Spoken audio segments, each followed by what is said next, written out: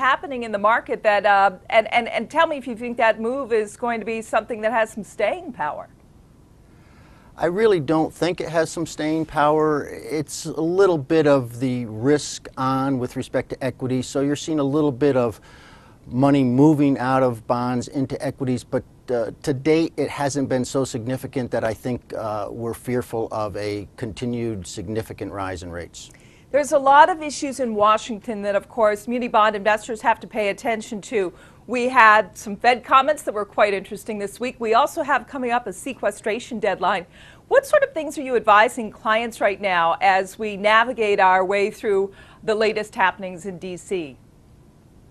Well, I think the first thing people should remember is not to panic and make irrational decisions in light of something that is not going to have immediate impact. It would take time for the sequestration cuts to actually have real impact.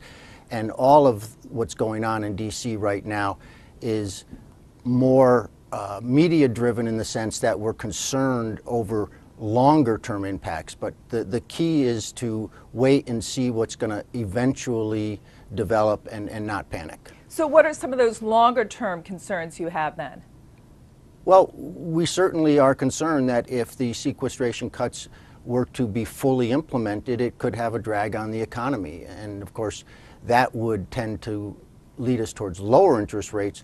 But I think that the impact would be minimal because by the time they actually got implemented, they will have passed something that would remove most of those cuts that take place over a very long period of time, several years. Tom, also happening in the last few days, President Obama proposed a new type of taxable direct pay bonds called America Fast Forward bonds, very much like the BABS program. Is that encouraging for the muni market? Would there be demand for a product like that, even though it's going to be a tall order getting that through Congress? Yeah, we've got so many different things going on with infrastructure. We've got all kinds of acronyms. I'm going to look down at my notes here. We've got the Transportation Infrastructure Finance Innovation Act. We've got TRIP bonds, Transportation Regional Infrastructure Project. All of these programs, I think, are beneficial for the market in that we can get the infrastructure around the country, which is in dire need of repair, fixed.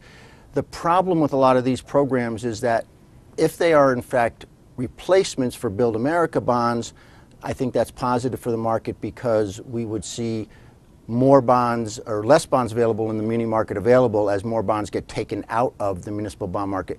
But the other aspect of these proposals is that they're talking about doing tax credit bonds. Those have never been successful in our marketplace, and I'm concerned that if they try to do this in lieu of, or I should say in conjunction with, the 28% cap on munis, then I don't think that's necessarily a good trade-off. If they want to do it, leave munis alone and then implement these projects, I think that would be very positive for our marketplace.